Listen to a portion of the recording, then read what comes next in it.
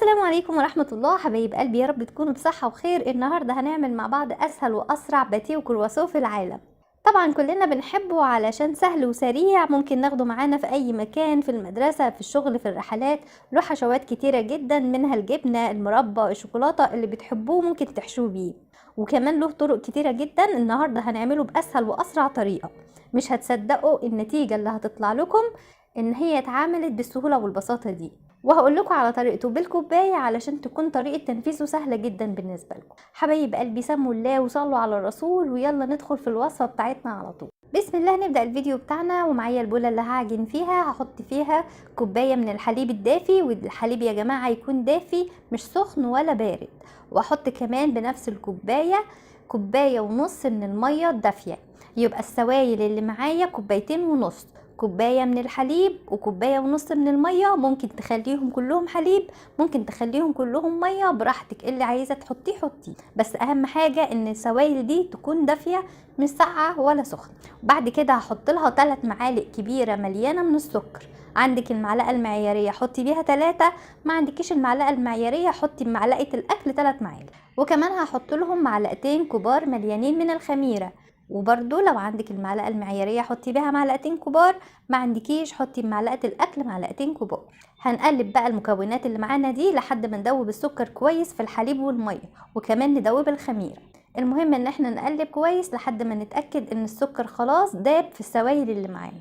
كده تمام، انا قلبت السوائل خلاص. هنضيف لهم بعد كده حبايه بيض، ويا ريت تكون بدرجه حراره المطبخ، ما تكونش خارجه من التلاجة. وهنقلب البيضه مع السوائل اللي معانا في البوله لحد البيضه ما تختفي خالص. بعد كده هنضيف معلقه صغيره من الملح، معلقه شاي صغيره من الملح، ونقلب. وبعد كده هضيف نص كوبايه من الزيت او 100 ملي من الزيت، ويا ريت يكون زيت طعمه حلو، ما يكونش زيت من بتاع التموين. احنا عايزين زيت يكون طعمه نضيف، سواء زيت دوار الشمس او زيت ذره، اللي يعجبك حطيه، المهم يكون زيت حلو. ونقلب الزيت مع السوائل اللي احنا حطيناها. وفي الاخر كده هنضيف معلقتين من الحليب البودر، وانا سبتهم اخر حاجة علشان هما اختياري، لو عايزة تحطيهم حطيهم، مش موجود عندك ممكن تستغني عنه. هنقلب الحليب البودر مع المكونات السائلة لحد ما يدوب. وفي النهاية كده هنحط كيس من الفانيليا، طبعا يكون حجمه صغير، او لو عندك فانيليا من السايبة ممكن تحطي ظرف معلقة علشان البيضة اللي حطيناها. فانيليا حاجة بسيطة مش كتير. ونقلب الفانيليا مع بقية المكونات اللي معانا في البولة. وكده خلاص احنا جهزنا المكونات السائلة. هنسيب المكونات السائلة دي بقى كده على جنب، ونحضر المكونات الجافة. معانا كيلو من الدقيق، واي نوع دقيق بتستخدميه هينفع، بس يكون للمخبوزات، ما يكونش مخصص للكحك او للكيك او للحاجات دي. حتى لو هتجيبيه من الفرن هيكون كويس، لو هتجيبيه من عند العطار ماشي مفيش مشكلة. اي نوع دقيق يا جماعة في وصفتنا هينفع. وهحط عليه معلقة كبيرة ممسوحة من البيكنج باودر. البيكنج باودر طبعا كلنا عارفينه، اللي بنستخدمه في الكيك. هنقلب بقى البيكنج باودر مع الدقيق لحد ما نمكسهم كده او نخلطهم مع بعض كويس جدا. بعد كده لو عندك عجان هنبدأ نحط الدقيق على المكونات السائلة اللي موجودة معانا في البولة ونعجنها. طيب انا ما عنديش عجان، بمنتهى السهولة بايديكي هتعجنيه. اهم حاجة ان انت تعجنيها بايديكي كويس، يعني مش اقل من 10 دقايق، علشان العجينة تنعم كده وتكون ملسة وطرية في ايدك، وتديك نتيجة ناجحة للباتيه والكرواسون اللي هنعمله. شوية بشوية بنلاقي العجينة بدأت تلم وتنعم كده معانا بالشكل اللي احنا شايفينه ده. كده تمام، العجينة بقت ناعمة جدا، وبتكون كده مش طرية قوي ولا ناشفة صلبة، لا بتكون يعني مش بتلزق في الايد، بتكون طرية كده بس مش بتلزق في الايد. ده القوام المظبوط للعجينة بتاعتنا. بنحط على ايدينا كده معلقة زيت، ونبدأ نلم العجينة من البولة كده اللي احنا عجناها فيها. بصوا قوام العجينة يا جماعة تحفة، عاملة في ايدي زي الملبن، بصوا عاملة ازاي، تحفة يا جماعة. عجينة مظبوطة ومقادير مظبوطة 100%. بصوا العجينة شكلها عامل ازاي، يفرح يا جماعة والله، يعني مش قادرة اقول لكم مظبوطة قد ايه. بعد كده هنجيب شوية زيت صغيرين نحطهم في البولة من تحت، ونحط العجينة تاني في البولة. وبعد كده هنغطيها بكيس بلاستيك، ونغطيها بفوطة مطبخ، ونسيبها لما تخمر. لو انتي في الشتاء هتقعد حوالي ساعة الا ربع لحد ما تخمر، في الصيف بتقعد حوالي ربع ساعة تلت ساعة وبتكون خمر. طبعا بنحطها في مكان دافي علشان تساعدنا ان هي تخمر بسرعة. وهنا معايا العجينة بعد ما قعدت حوالي 40 دقيقة. حطيتها طبعا في الفرن وهو مطفي وغطي زي ما هي كده متغطية. بصوا ما شاء الله العجينة تضاعفت بالشكل اللي انتوا شايفينه ده، وخمرانة وحاجة كده يعني عسل العسل. بصوا عاملة ازاي، تحفة يا جماعة. العجينة دي بقول لكم تحفة وناجحة جدا. قدامنا بقى كده على ترابيزة او رخامة هنرش رشة دقيق كده حلوة، وهننزل العجينة بتاعتنا على الرخامة. هنبدأ نلم العجينة كده قدامنا ونكورها ونعملها زي السرة كده في الأول، وبعد كده هلفها بإيديا واكورها كده قدامي، وبالسكينة هقطعها نصين علشان هعمل نص منها باتيه ونص منها كرواسون. النص الأولاني هلفه كده واعمله كورة واحطه في البولة وهغطيه بكيس بلاستيك وهسيبه على جنب لحد ما اعمل الجزء الأولاني. هناخد بقى الجزء التاني كده من العجينة ونحاول ان احنا نبرمه بايدينا كده ونرش رشة دقيق قدامنا، ونبدأ نفرده قدامنا على الترابيزة لحد ما نعملها عجينة كبيرة كده سمكها رفيع تكون مالية الترابيزة. العجينة حلوة وهتتفرد معانا بمنتهى السهولة. لو فردتها بايديكي هتتفرد، لو فردتيها بالنشابة هتكون سهلة، بأي حاجة هتتفرد معاكي بمنتهى السهولة. بعد ما فردت العجينة قدامي بالشكل اللي انتوا شايفينه ده، جبت ربع كوباية من الزبدة. الزبدة سايحة وباردة، يعني مش سخنة خالص، مفيش فيها اي درجة من الحرارة، زبدة باردة بس سايحة. وهبدأ افردها كده طبقة منها خفيفة على العجينة. المهم ان انا املى العجينة كلها بطبقة الزبدة دي. طب لو ما عندكيش زبدة ممكن تستخدمي ايه؟ ممكن تستخدمي سمنة، مفيش مشكلة. المهم برضو ان السمنة تكون سايحة ومش سخنة، اهم حاجة تكون مش سخنة، تكون سايحة وباردة. وبرضو بالفرشة او بايديكي تفرديها على العجينة كلها بالشكل اللي انتوا شايفينه ده. بعد ما بنفرد الزبدة على العجينة كلها بنبدأ بعد كده نتني اطرافها بالشكل اللي انتوا شايفينه ده. بنعمل العجينة زي ظرف كده، بنتني الطرف ده والطرف الشمال والطرف اليمين، وبعد كده الجنبين التانيين، ونقفلها على بعض شبه الظرف كده بالظبط او المربع كده. وبعد كده هحطها في طبق واغطيها بكيس بلاستيك واحطها في التلاجة تريح شوية لحد ما افرد الجزء التاني من العجينة. وزي ما عملت الجزء الاولاني بالظبط فردتها كده بالشكل ده، هنرش رشة دقيق خفيفة كده في الاول، وبعد كده هنحط حتة العجينة اللي معانا ونبططها ونفردها، وهنغلفها برضو بالزبدة زي ما عملنا في الاولانية بالظبط. وبرضو هنتني الاطراف بتاعتها كده ونطبقها زي ظرف او مربع ونحطها في طبق ونحطها في التلاجة، ونبدأ بقى نجيب الأولانية اللي احنا طبقناها وحطيناها في التلاجة علشان نشتغل فيها على ما دي تريح شوية كده. العجينة بعد ما ريحت معايا حوالي 10 دقايق، العجينة الأولانية بعد ما ريحت 10 دقايق هنبدأ بقى نفردها قدامنا على الرخامة.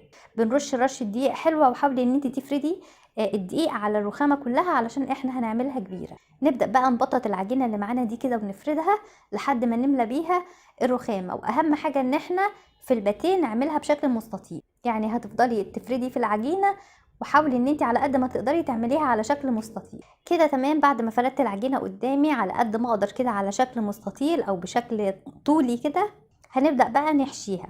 انا هنا هحشيها جبنة رومي، فجبت كده قطعة من الجبنة الرومي وهبشرها كده على العجينة كلها كده. تمام، انا بشرت الجبنة الرومي ومليتها كلها كده بالشكل اللي انتوا شايفينه ده.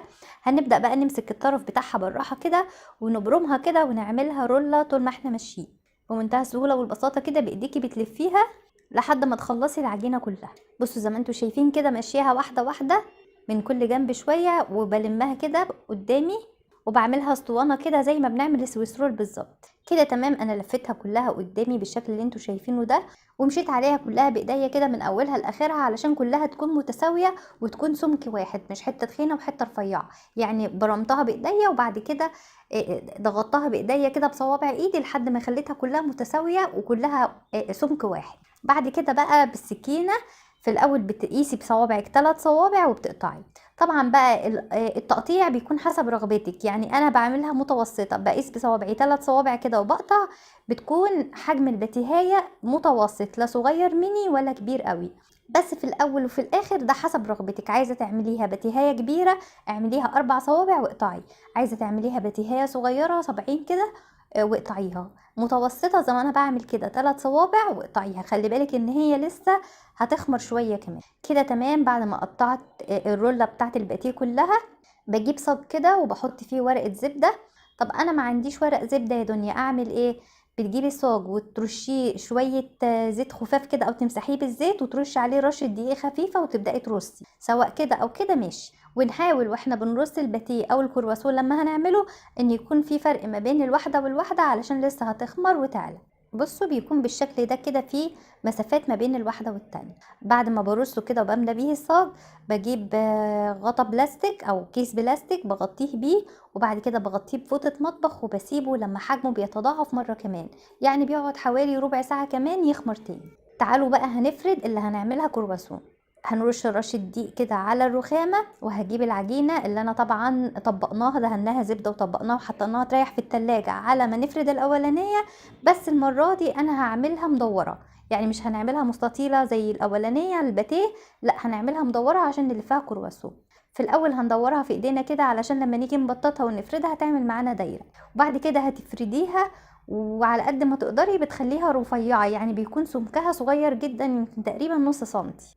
بعد كده ببدأ بقى اقسم العجينة، وزي ما انت عايزة الكرواسو يكون كبير قطعي مثلثات كبيرة. انا هنا قسمتها شوية صغيرين وشوية كبار، يعني انا عملت شوية مثلثات صغيرين فما قطعتهاش من النص بالظبط زي ما انتم شايفين، خليتها يعني تلتين وتلت.